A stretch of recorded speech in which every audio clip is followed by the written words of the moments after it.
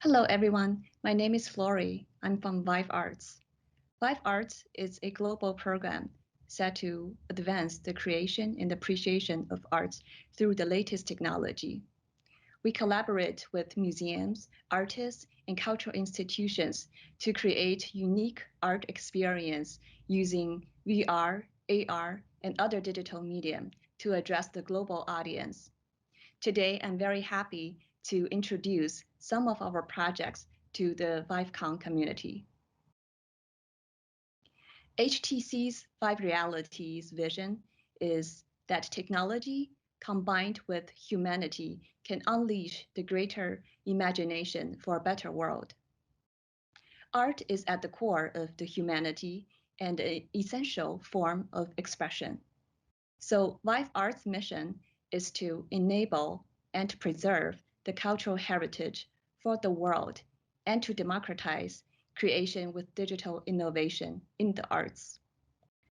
Since 2017, we have established over 50 projects globally covering the sector of arts and culture, architecture and design, film and performance, etc. Using VR as a powerful storytelling tool, we help the museums to engage with global audience. In 2017, Vive Arts had a major partnership with London's Tate Modern at the Modigliani retrospective exhibition. As part of the exhibition, we brought to the audience a dedicated VR experience that invites them to visit the Ochre Atelier, Modigliani's final studio in Paris back in 1919. It was Tate's first time to experiment with VR in their curation, and there has been a forensic level of historical research to recreate all these 60 objects within the scene, including the stove in the room, the palettes of paints, as well as some of Modigliani's final artworks. By bringing Modigliani's Ochre Atelier to life, we aim to provide a profound experience to draw visitors closer to the artist's life, his motivation, and his personality.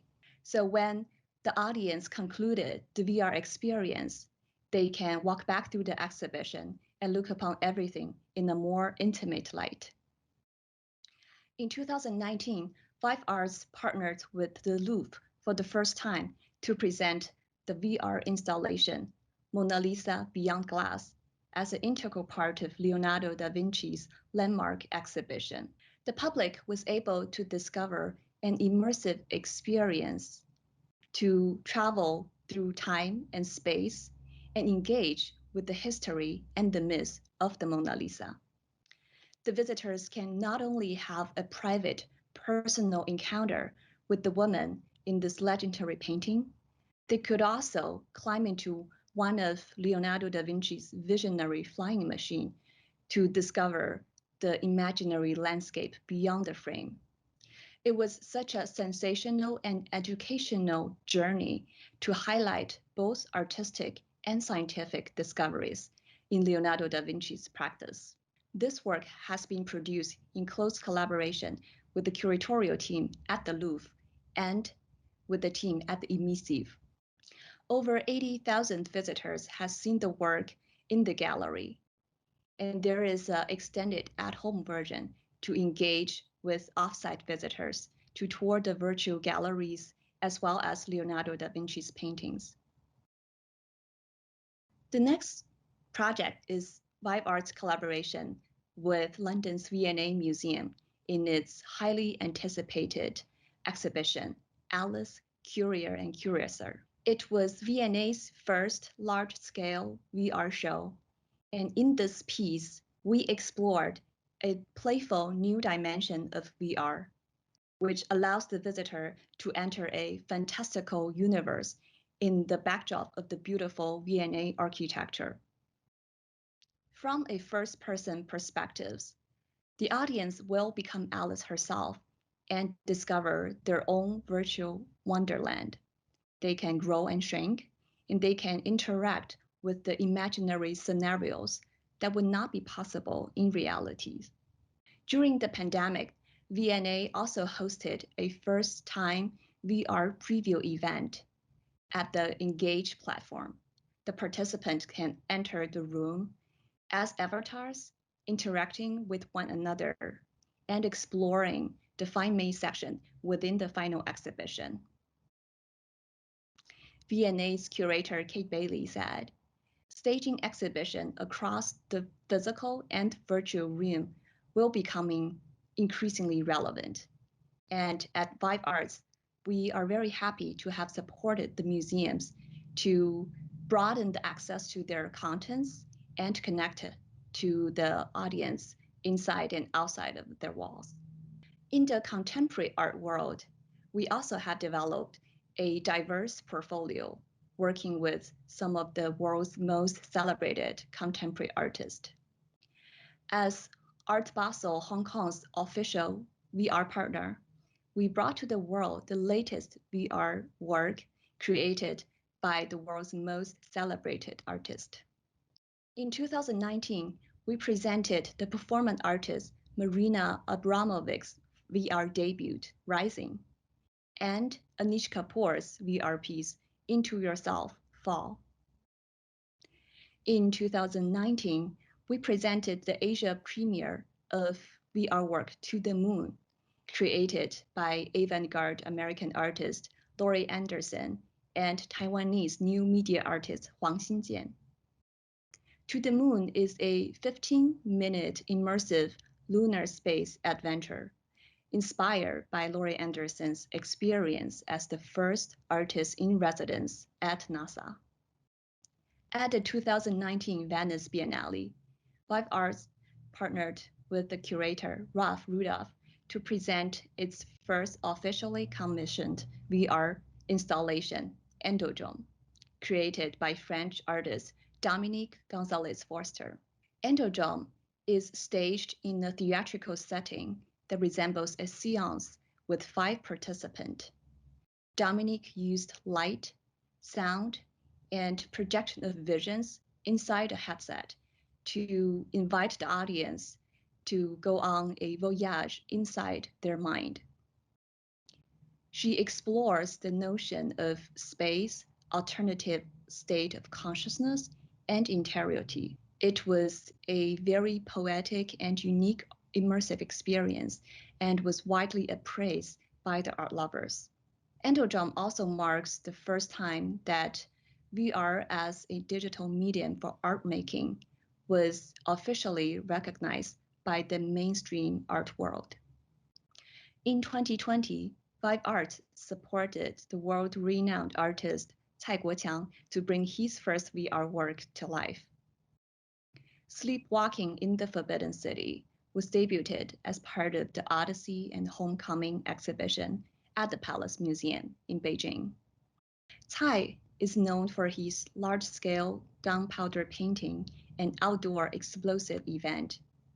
Through VR work, Cai imagines a fireworks ceremony in the Forbidden City 600 years ago, and he led the viewers to experience this spectacular through unexpected angles. The visitors can take on a dreamlike journey to celebrate Cai Guoqiang's homecoming to his root and to witness the first solo exhibition for a contemporary artist in this 600-year-old museum. In the future, we will continue to work with artists to experiment and innovate, using a full range of cutting-edge technologies. At Vive Art, we strive to contribute to the knowledge and enjoyment of cultural heritage and collectively foster the digital innovation in the arts and culture sector. Thank you.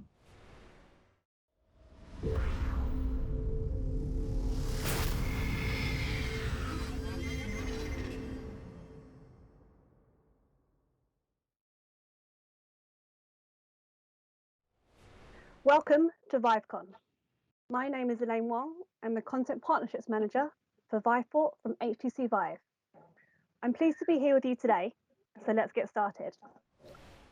Location-based entertainment has long been the entry point for those new to VR, from prestigious museums, arts and cultural organisations, through to entertainment centres and shopping malls. This panel brings together leaders in the LBE VR sector, exploring the future of bringing VR to new audiences as the sector bounces back strongly in 2021. I'm pleased to be joined by leaders from the global LBE VR sector. Fabian Barati, CEO and co-founder of Emissive. Vitamir Dromovic, CEO and founder of VR All Art. And Leif Peterson, CEO and founder of Hollowgate. Hello to you all. Hello. Hi. Let's start with some introductions. From Fabian of Emissive, over to you.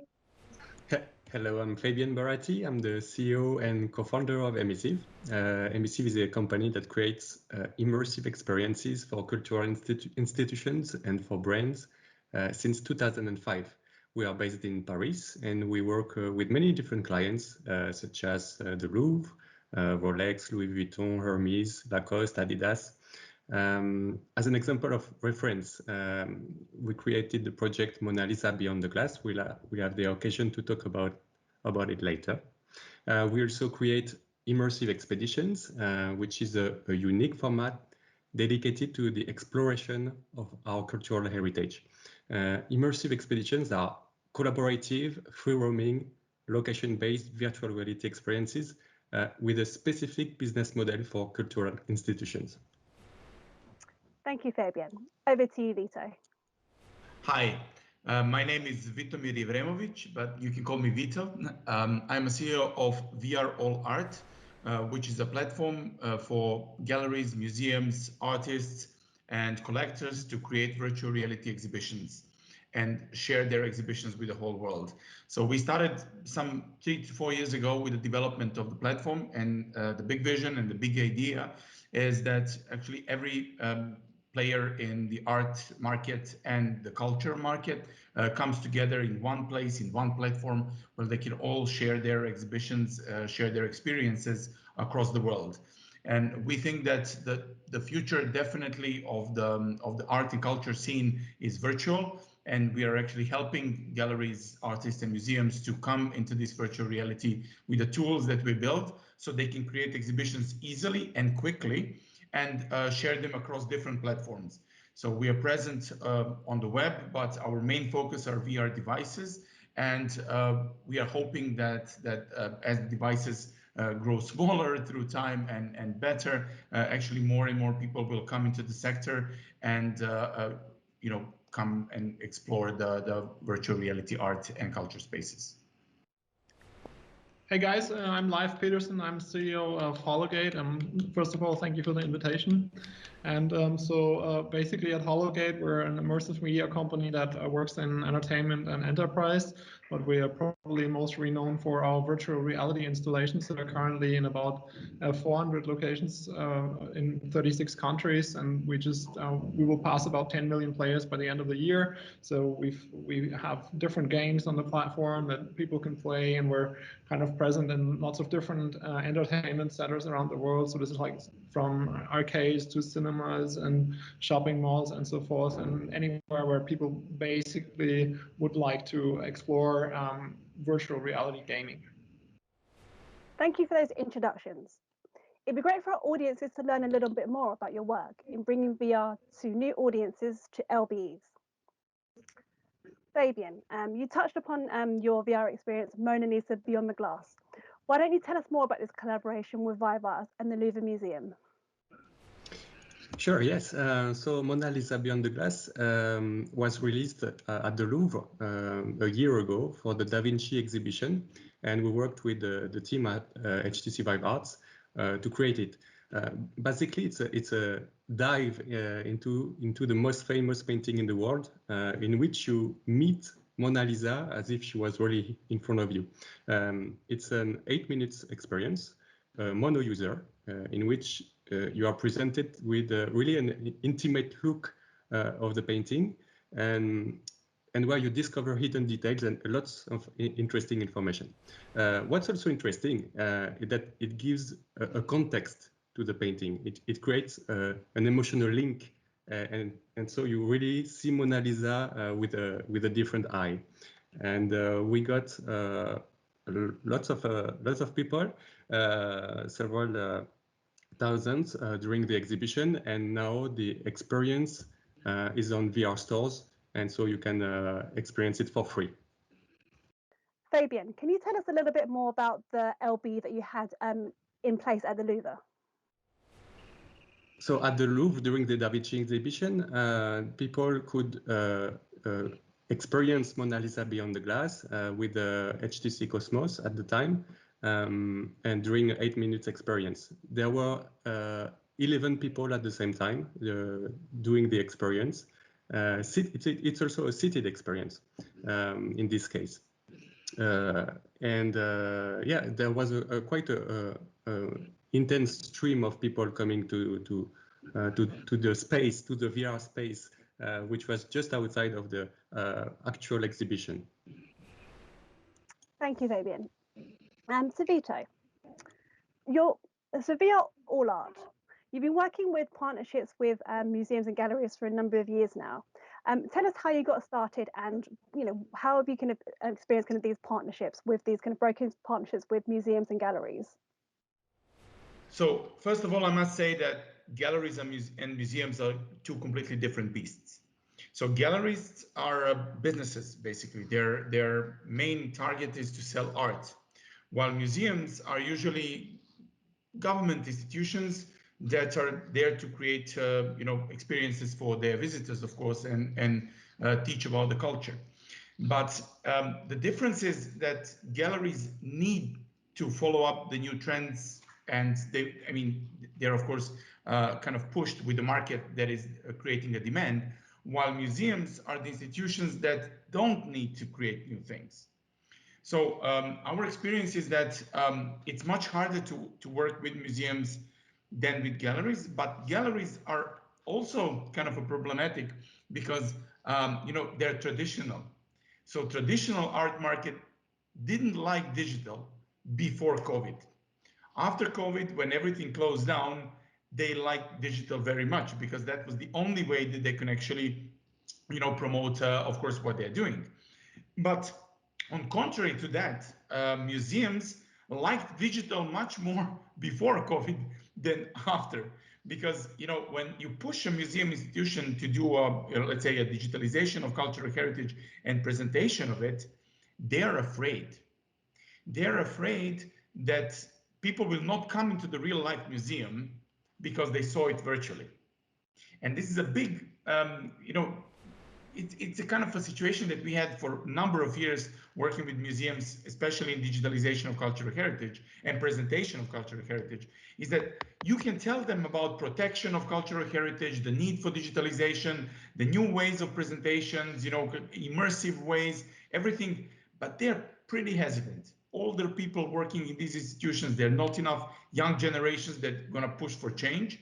So our experiences are very mixed. Like there is always someone that you can work with, but you must be very delicate and very humble in approaching museums and approaching these people, because it is not an easy thing to do to grab their attention. And then there is funding problem, because museums are usually funded by the states and they need to apply for funding. So it's not, they cannot decide in kind of in a half an hour meeting that they're going to invest X amount of money into a new exhibition that's going to be virtual. It is a level and the level of decision makers and directors and curators, and sometimes there are like a bunch of curators that are involved in making the some of the exhibitions virtual. So it's very difficult, but I think the whole sector is basically now moving into the direction much faster because of COVID, into the direction of virtual. And what I was saying in the last couple of months is that the benefits, I mean, if there are any benefits of COVID, is that the learning process of how digital and virtual can bring us more benefits actually happened on, let's say, it was a necessary thing to happen in the moment that everything closed down. So we had a rapid learning experience in every sector, but a lot of it in arts and culture space happening overnight. Like people needed to educate themselves in matter of weeks or maybe even days how they can do something now virtually, and that really helped propel the industry forward. Yeah, it's definitely quite a rapid shift. Now to leave. For Hologate, so you've been around for quite a number of years now, and you're one of the LBE pioneers. It would be great if you can share some of your insights, of kind of how you found kind of this last year in particular.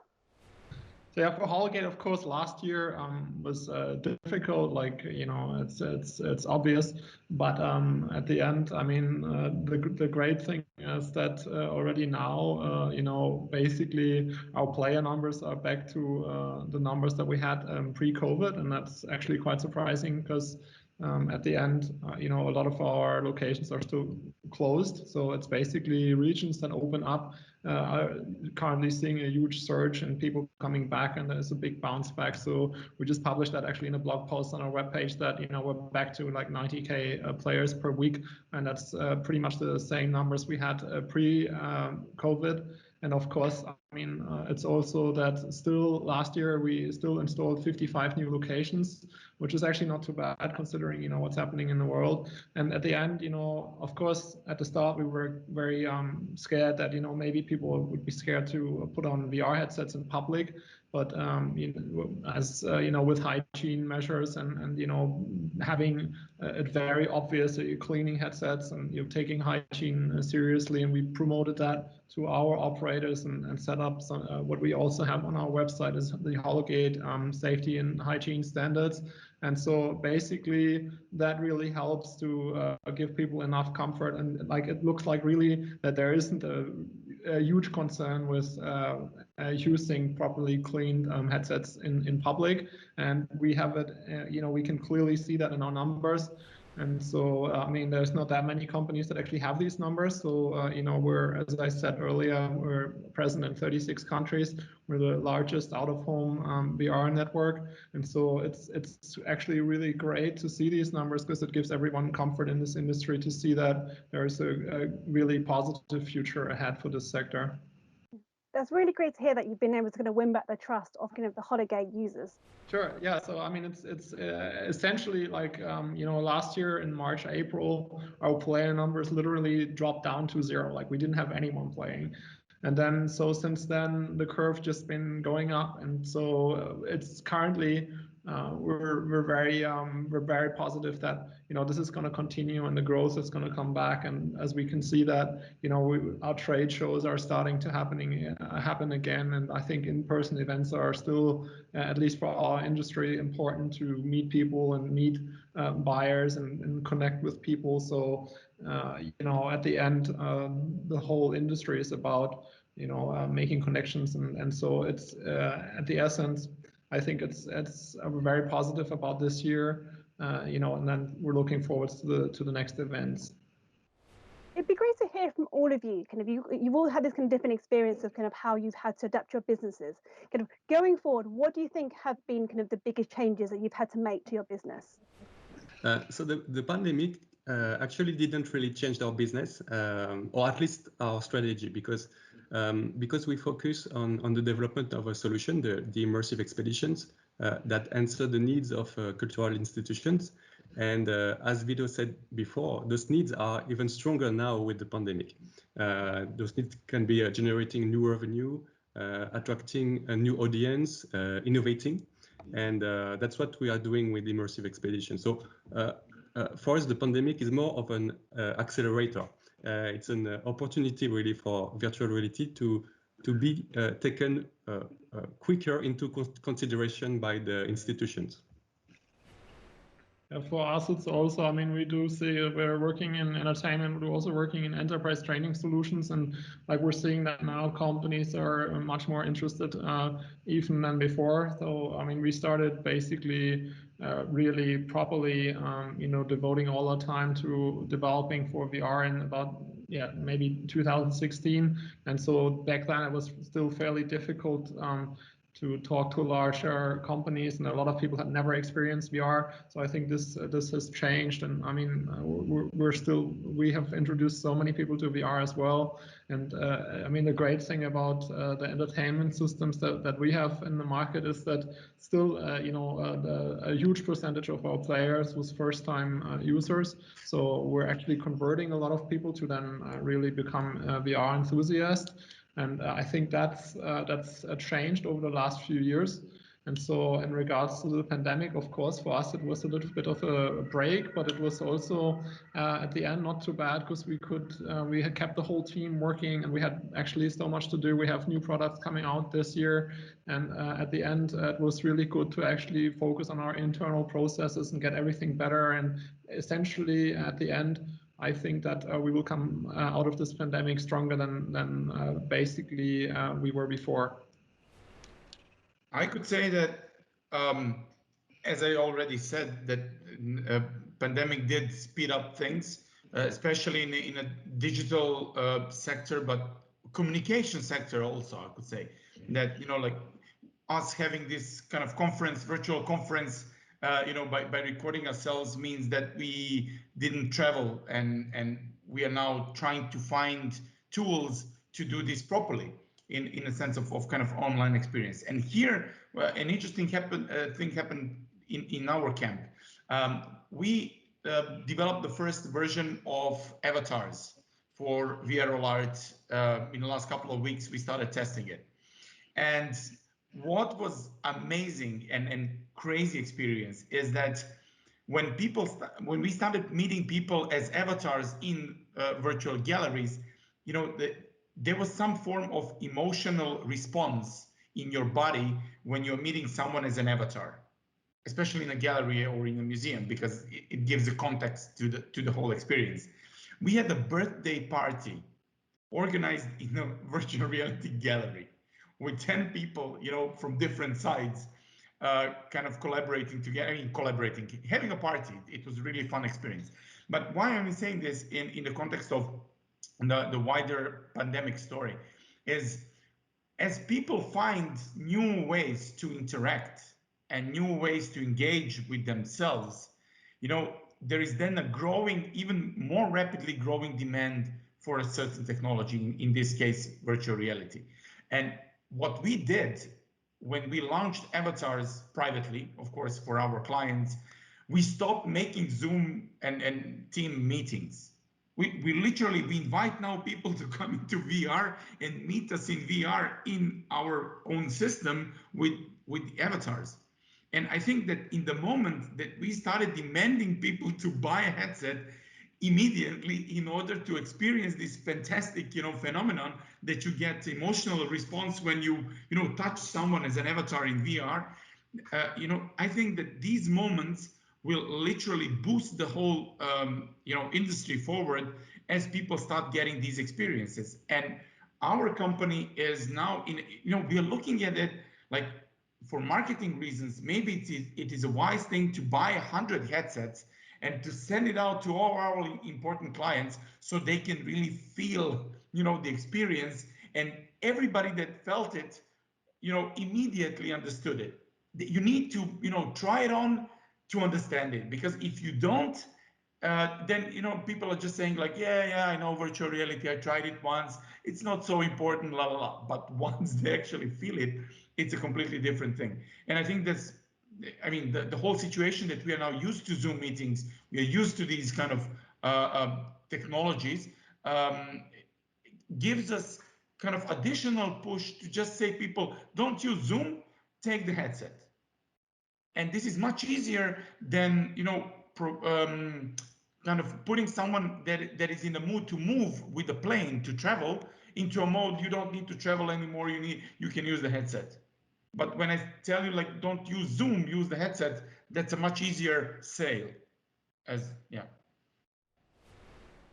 It's really interesting how you mentioned kind of this acceleration. Things are going to move very quickly now, and you've got a lot more of these kind of these institutions and kind of venues that you're working with, kind of very much kind of looking to reopen and welcome back audiences.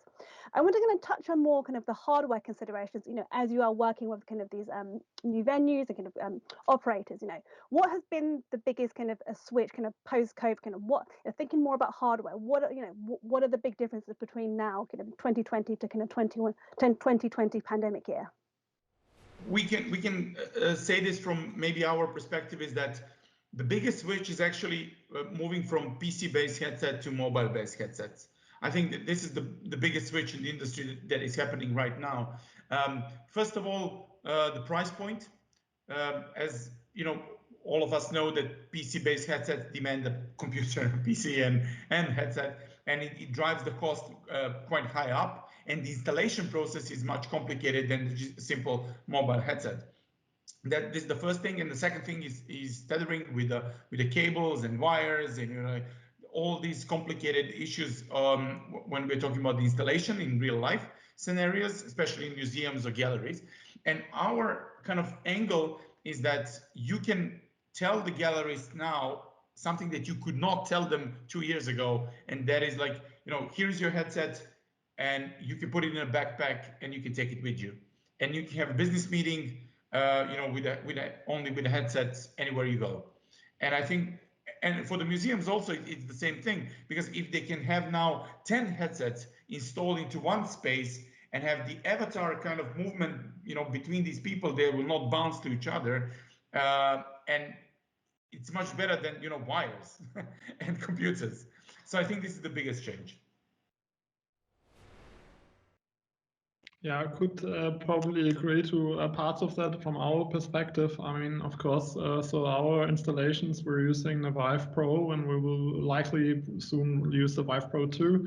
And so, I mean, we're still using tethered systems, and so all our systems, they're built for robust basically operations so that they can run 24/7, and they're under quite heavy use in entertainment centers, and we have hundreds of people that go through these systems every day. So like, for example, I think one of the systems that's the most used is the VR park in Dubai, and they have about 340 people that go through our system almost every day. So and that is something where still like things like batteries and so forth, it's a bit of a problem. So it's great to have a tethered system and to be just that it works all the time, and of course also to deliver a quality that's way beyond what consumer VR is. That's something, of course, that's for us important. Same goes for some of our training clients that really need high-end graphics. So I think when it comes to high-end graphics, standalone headsets,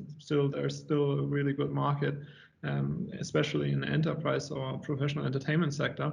But of course now mobile headsets, and so where now the Focus 3 comes in, which is I mean, a great headset that I think would bridge a gap between not just being purely dedicated consumer headset, but actually also fulfilling a lot of the needs that an enterprise has. I think that's where mobile headsets get very interesting. And so I think the shift from basically going to for us going into like mobile headsets and changing is actually just about to come, and it's nothing much has happened in that regard in the last year. A few things, but I think this is something that's basically going to come in this year and next year for us. Yeah, I agree that tethered headsets are really a limitation for the development of virtual reality in general, because of cost, because of the practicality of using those headsets. We're actually using a lot of installations with backpacks, so it's complicated to manage the batteries and everything that goes with it. We're really looking into of course, the autonomous headsets with the high resolutions, powerful, and we're also looking into edge or cloud computing using autonomous headsets. That's really something very interesting. So we can have the best of both worlds, basically. Can you tell us a little bit more about immersive expeditions and kind of what the setup is with these kind of all-in-one devices? So immersive expeditions, basically, you have to imagine you're together with your friends or your family in dedicated spaces, and you are all equipped with an immersive device. So at the moment, it's a VR headset with a VR backpack. And the next second, I will take the example of the horizon of Khufu. You find yourselves in Egypt, and during 45 minutes, so it's a long experience, you're going to explore the Khufu pyramid. So you will learn about its history, about its architecture, and you'll also be able to discover areas that are close to the public, and even go back in time 4,500 years ago to attend the funerals of King Khufu. And you do all of that by walking freely inside a large space and in collaboration. That means that you see the members of your family and you can communicate with them the whole time. So you really get the same sensation as a real visit. But of course, thanks to VR, you're able to do and learn much more than in reality. And you're able to kind of go through the experience with other people. So kind of say your friends and family, you can actually experience it together. Yes, exactly. It's very important to have a social experience, to be able to share it in real time. That's something that you can do in other, like in theaters, for example. And it's important to also to bring it to virtual reality. Vito, this has also been the case with VR All Art. There is this kind of collaborative experience that you have with, within VR All Art. Yeah, this is what I mentioned is like the social element is quite, I mean, we kind of detect it is important based on what's been happening in the last couple of weeks. And the whole point is that people are not alone in virtual reality. I mean, it is nice to be alone sometimes, right? But also to share experience with someone is quite as important as going in there alone. Because, for example, in crowded museums or crowded openings in galleries or something, it is a problem. The crowd is a problem. But then you want sometimes to just be, yourself and to visit the space and enjoy the exhibition. But what we also noticed, and this is an interesting thing maybe for the whole audience, is that we've done research with a laboratory for experimental psychology.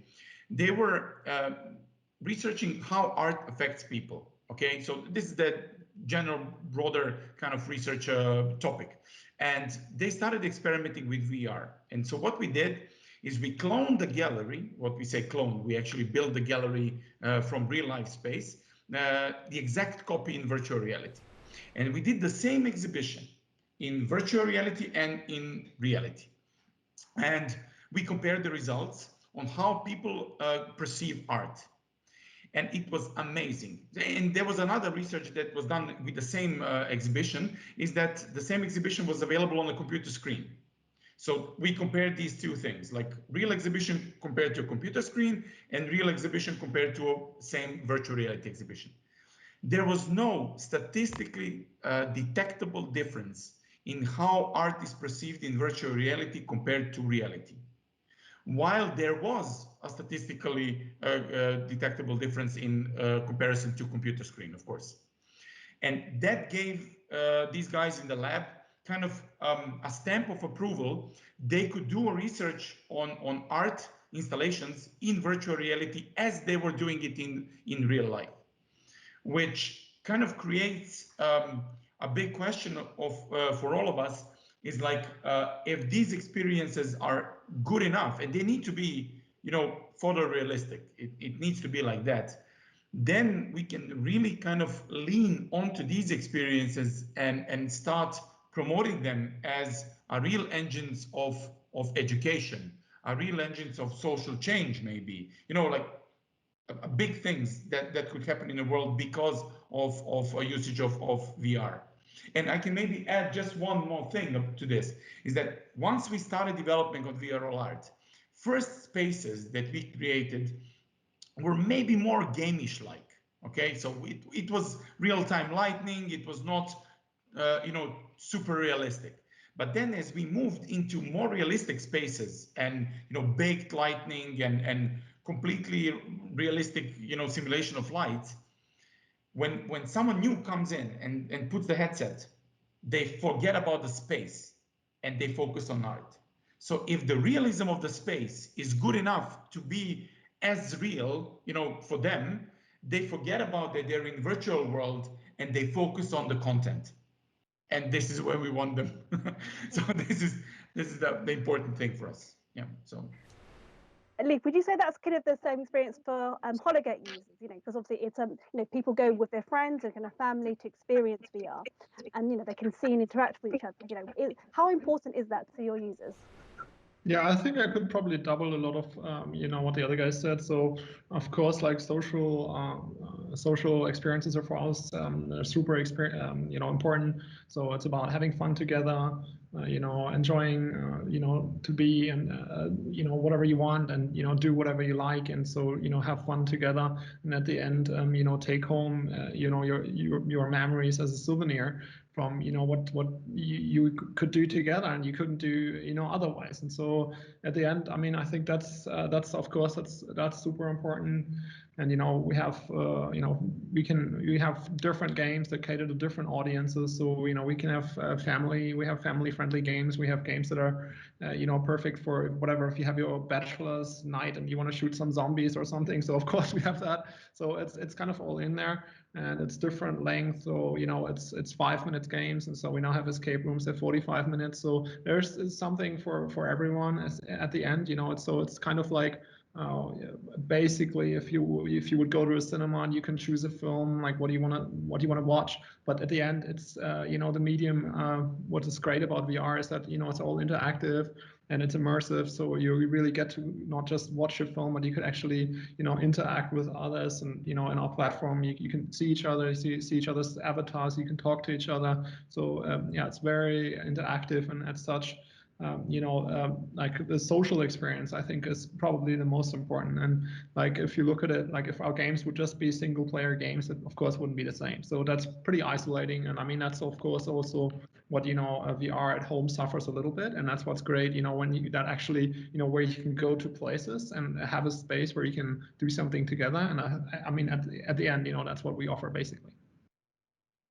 It's really great to hear, and I think it's always interesting we say kind of these physical spaces. Obviously, we're not able to travel kind of internationally at the moment, and a lot of these LBEs are kind of are seen as kind of places that the audience can go to kind of to be kind of transformed to these other places.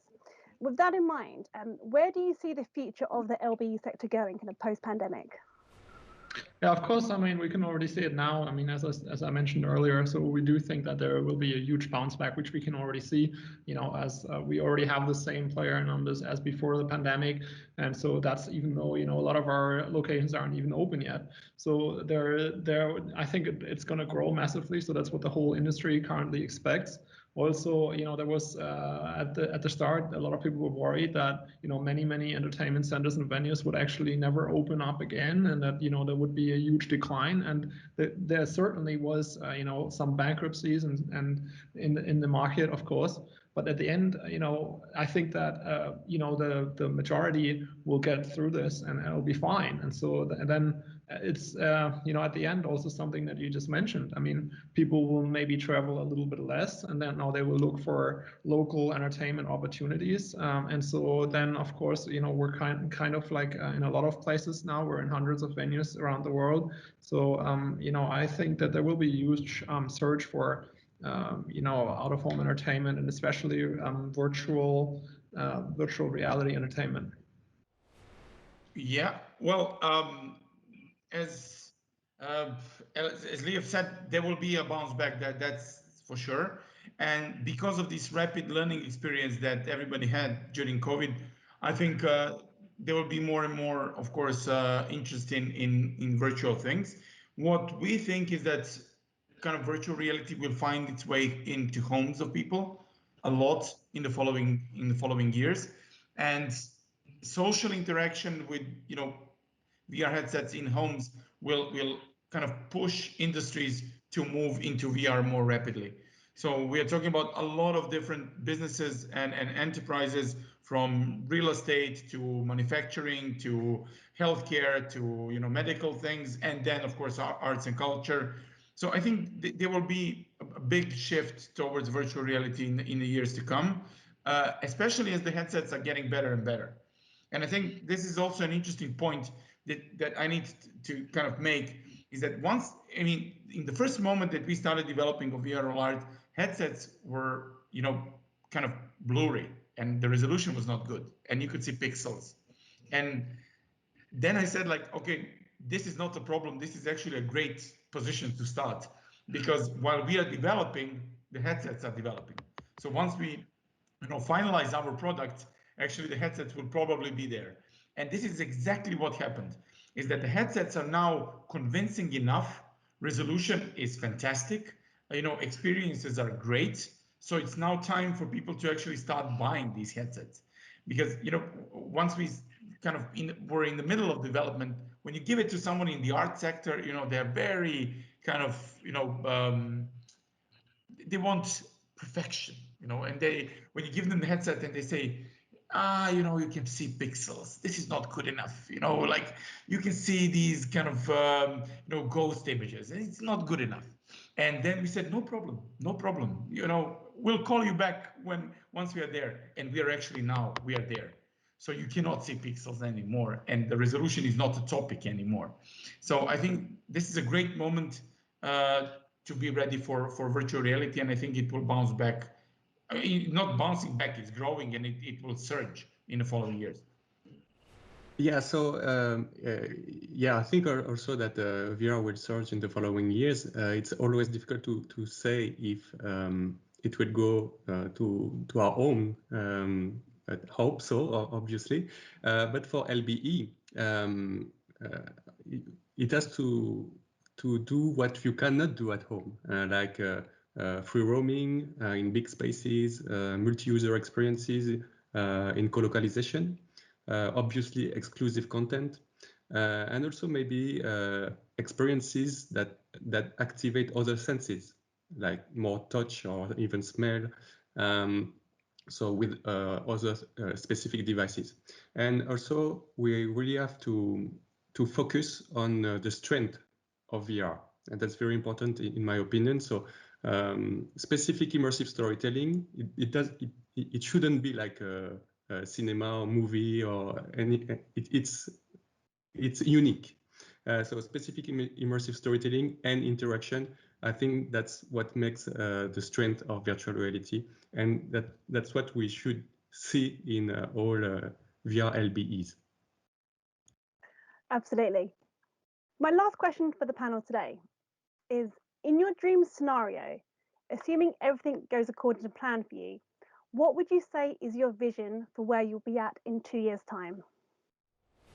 So yeah, where are we in 2 years? I mean, first of all, I mean, of course, I think the network will definitely grow. So we'll have more and more locations that use our products. So we will have definitely more products. I mean, we already have 2 new products that are coming to market this year. So there will be different platforms. Like currently, we have our multiplayer system, so the 4-player arena, which is the most sold product, and we have the Blitz, which is a super elaborate motion simulator that basically defeats motion sickness. And so I think these platforms will further grow, and also our content library will grow, and we're adding different categories also, which is very exciting. And so then we'll have new products. So, and then of course, like what we're currently doing is we're also building our own venue currently here in Germany. It's a 1,200 square meter entertainment center. So I think there will probably be more than just one, and so I think that's pretty exciting. And so if you look at the VR out of home entertainment space, I mean, there's a lot of experimentation. I mean, no one really knew, okay, so how is this really going to work? And how it's still about figuring out at the end, what works and what doesn't work, and what do customers and player want, and what makes operational sense, and so forth, and what's the economics behind all of that. And I think that's something that we kind of started to figure out in the last few years. But I also think with all the technology going forwards, you will see again, of course, much higher quality in all the experiences. And so yeah, we're super excited about the future at the end. And for us, I mean, I experienced VR for the first time in 1993, so the journey has been quite some time. And so that was displays that were like 320 by 240 pixels, so definitely you could see the pixels, but it was still pretty cool. And so, I mean, I think the journey will just continue. And so, but at the end, we're super excited what's happening, and it's just accelerating. And at the end, you know, it's getting faster and faster, the development cycles and so forth. And I think it's crazy what's happening, and that we're already actually at the point where we are today, and we can't wait for what's happening tomorrow. This year we are releasing 2 immersive expeditions. So I told you that there is one about the Pyramid of Khufu, so in 2 years I hope we will have deployed those 2 immersive expeditions in a number of places, and each generating several 100,000 visitors a year, or even millions maybe. It's feasible because we have the software technology, we have the content. As we said, the hardware is ready, and it's getting better. So I'm very optimistic. I'm very optimistic with the autonomous devices, autonomous headsets, and also maybe 5G for cloud computing. We'll see. That's something we should looking forward to. If we do what we are planning to do in the next 2 years, I hope that the whole art market will be transformed completely.